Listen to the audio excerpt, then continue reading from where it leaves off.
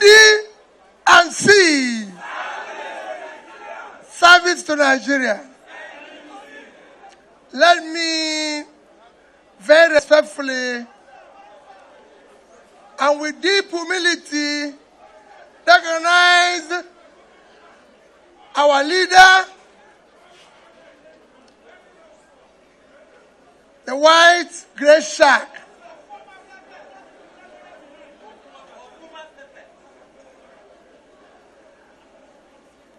Sincerely recognize our dear party chairman and all NWC members, and especially recognize our leader, Senator Rabiu Kwankwasia.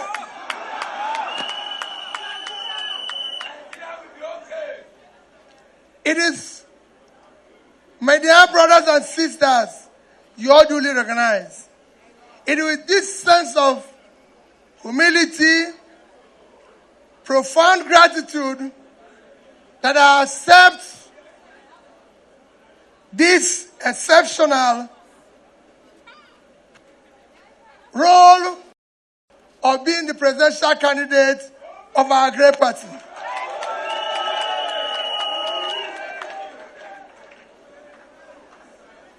Especially at this difficult time, I will make a bit of a long statement to show that we are here. I wish to assert unequivocally that a new Nigeria is possible. The conviction that united us, it must serve as our compass as we move on this challenging road to sustain us in our trials, in our difficult movements. Today, our nation finds itself at a crucial junction, enveloped by uncertainty. Families are anxious about their safety.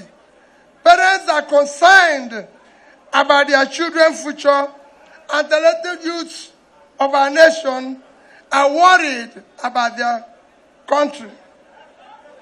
Businesses are struggling. Communities are suffering. Alarming number of citizens have lost faith in the very concept of governance. Yet, I stand before you filled with optimism and strong faith in the resilience of our people, and our family believe that a new Nigeria is possible. For that new Nigeria to be realized, the number one thing we need is unity. It is the foundation on which nations are built. Nigeria cannot advance while fragmented by ethnic, regional, narrow political divides. It is impossible. We must now decide to build bridges where people erect walls. We must replace mistrust with confidence, division with understanding, and resentment with a collective purpose. A united Nigeria is indispensable, and that is the foundation on which we must grow. Number two is insecurity. If you follow the records today, in the year 2022, Nigeria was number 8 on the most impacted terrorist country in the world. By 2024, 6. By 2026, we are now number 4. So it's worsening every day. This is a country, and Nigeria is a country that few years ago was reputed as one of the biggest contributors to peacekeeping globally, where our men have fought in different and have helped to keep peace, helped to restore order in many countries, from Rwanda to Cambodia to Yugoslavia, Mali, Liberia, and we've done all this. And our army and military are recognized as one of the best. That even at the time, a Nigerian general commanded the entire UN keeping force. Today, our story is a sad story of where insecurity has taken over. We must address insecurity and resolve that with urgency. For no nation can thrive when citizens cannot eyes closed, farmers can no longer go to farm, and nobody is safe. We must take that decisively. And I'll end it by saying that we have people in this party that can help us. I believe that we have somebody who has been Minister of Defense, who has been everything that will make it work. And I will conclude by mentioning this again on our strategy. Number 3 is healthcare. Nations are measured by healthcare. Today, Nigerian life expectancy is 54 years, the lowest in the world. And we are number 157 in health among the countries that are measured. Our primary health care is in tatters. And that is the foundation of health care.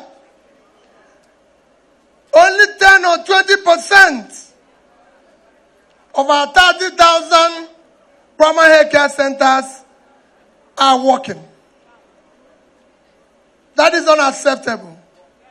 Our health insurance scheme is below 10% when compared with comparable countries like Indonesia, that is over 90%. That cannot continue. And it is not time to lament about what we're going through, but what we are going to do. Our budget today is one of, health budget today is one of the least. Let me assure you that NDC government, and I use the word NDC government, because it will be a government that the party will be supreme. That NDC government, in 4 years, we will ensure that our insurance that is below 10% today, health insurance, is at least double to over 20%. We will ensure that in 4 years, we must have a functional, well-manned primary health care in 8,809 wards of this country. We will ensure that by the time we end 4 years, 50% of our 30,000 primary health care centers will be functional and properly manned to serve our people.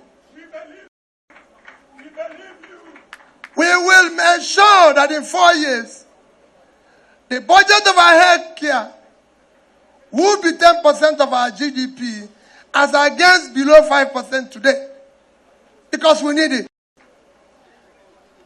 And I want you to note everything we are promising you, because who deliver? I was the governor. Everything I promised, I delivered it. And it will not be different this time. So we must do that. We must ensure that our people are healthy, because it's important to us. We can no longer continue the way we are going. Our education, the number 3